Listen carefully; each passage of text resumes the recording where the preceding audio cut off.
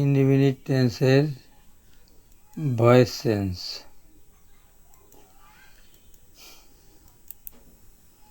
Future indefinite টেন্সের বেলায় একটি ভয়েসকে প্যাসিভে পরিণত করতে হলে রুল 1, প্রথমত অবজেক্টকে সাবজেক্টে পরিণত করতে হবে।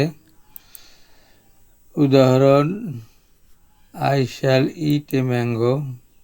শিক্ষার্থীরা, তোমরা হয়তো লক্ষ্য করেছো যে আমি প্রেজেন্ট ইনডিফিনিট, পাস্ট ইনডিফিনিট এবং ফিউচার ইনডিফিনিট টেন্সের একই সেন্টেন্স দ্বারা একটি ভয়েসকে প্যাসিভে শিখাইতে চেষ্টা করতেছি, যাতে করে পাঠ সহজ হয়। প্রেজেন্ট ইনডিফিনিট টেন্সের বেলায় ছিল I eat a mango, past indefinite ছিল আই এট এ ম্যাঙ্গো, আর এখনকার ফিউচার ইনডিফিনিট টেন্সের বেলায় হচ্ছে I shall eat a mango. তো প্রথমত রুল 1-এ অবজেক্টকে সাবজেক্টে পরিণত করতে হবে। তো এই সেন্টেন্সটার অবজেক্ট ছিল এ ম্যাঙ্গো, তো রুল 1-এ সেটা সাবজেক্ট হলো এ ম্যাঙ্গো। এবার রুল 2-এর বেলায় আমি প্রেজেন্ট ইনডিফিনিট টেন্সের বেলায় সাবজেক্টের পরে নাম্বার ও পার্সন অনুসারে সাবজেক্টের এম, ইজ, আর বসছিল। আর পাস্ট ইনডিফিনিট টেন্সের বেলায় একটি ভয়েস প্যাসিভকে করতে গেলে সেক্ষেত্রে ওয়াজ, ওয়ার বসছে। সাধারণত থার্ড পারসন সিঙ্গুলার বা হলে ওয়াজ, আর বাকি সব জায়গায় ওয়ার বসছে। এবারে আজকের যে পার্ট ফিউচার ইনডিফিনিট টেন্স, এই ফিউচার ইনডিফিনিট টেন্সের বেলায় নাম্বার ও পার্সন অনুসারে একটি ভয়েসকে প্যাসিভ করতে গেলে শ্যাল বি বা উইল বি বসবে।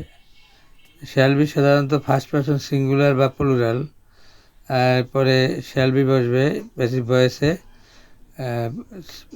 ফার্স্ট পারসনের দুইটি ব্যক্তি আছে পার্সন, সেটা হলো একটা আই আর একটা হলো উই।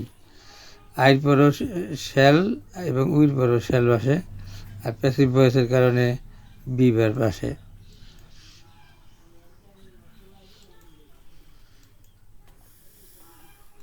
সেই অনুসারে রুল 2-এ ফিউচার ইনডিফিনিট টেন্সের বেলায়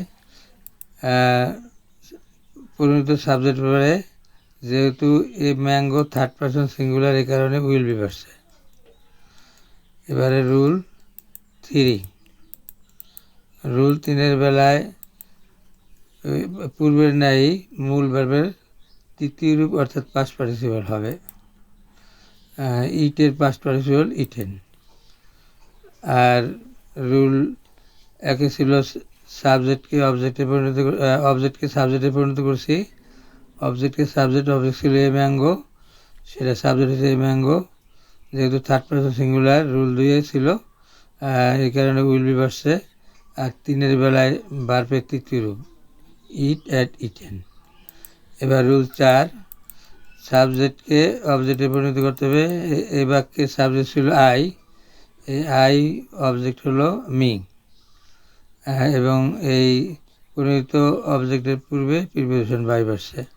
শিক্ষার্থীরা, তোমরা আজকের পাঠটি সাধারণত মনোযোগ সহকারে আয়ত্তে নেবে এবং এই যে এই অ্যাসেসমেন্টটা তোমরা প্রথমত এই 3টে বাক্য তোমরা নিজেরা করবা, পরে মিলিয়ে দেখবা যে এর উত্তরগুলি আমার উত্তরের সাথে মিলছে কিনা।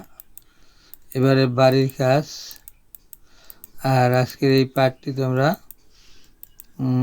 শেয়ার করে অন্যান্য শিক্ষার্থীদের শেখার সুযোগ করে দেবে, যাতে করে অন্যান্য শিক্ষার্থীরা এই পাঠ থেকে উপকৃত হতে পারে। আল্লাহ হাফেজ।